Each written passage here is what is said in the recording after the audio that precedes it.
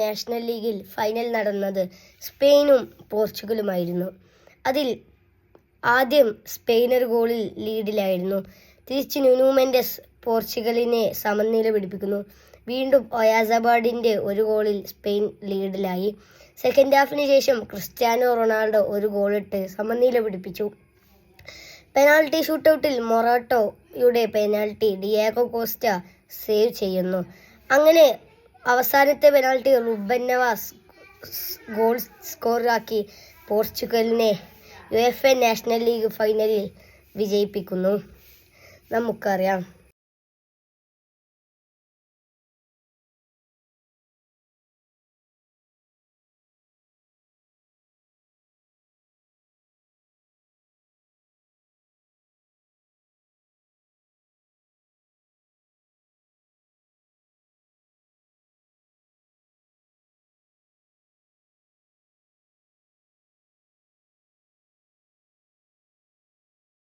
എല്ലാവരും വിചാരിച്ചിരുന്നത് സ്പെയിൻ വിജയിക്കുമെന്നായിരുന്നു. എന്നാൽ നെട്ടിച്ചുകൊണ്ട് പോർച്ചുഗൽ സ്പെയിനിനെ മലർത്തിയടിക്കുന്നു. ക്രിസ്ത്യാനോ റൊണാൾഡോയും യാമിൻ യമാലിൻ്റെയും ആദ്യത്തെ മാച്ചായിരുന്നു ഇന്ന്. അതിനാൽ നല്ല പോലെ നടന്നിരുന്നു. സ്പെയിനുകൾക്കും കുറേ അധികം ചാൻസ് ലഭിച്ചിരുന്നു. പക്ഷേ ഡിയാഗോ കോസ്റ്റ പോർച്ചുഗലിൻ്റെ വലയിൽ ഗോളാക്കാൻ അത്ര സമ്മതിച്ചിട്ടില്ലായിരുന്നു. എന്നതുപോലെ പോർച്ചുഗൽ ഇപ്രാവശ്യം കപ്പ് പൊക്കുന്നു. അടുത്തത് പോർച്ചുഗൽക്ക് വേണ്ടത് 2026 വേൾഡ് കപ്പാണ്.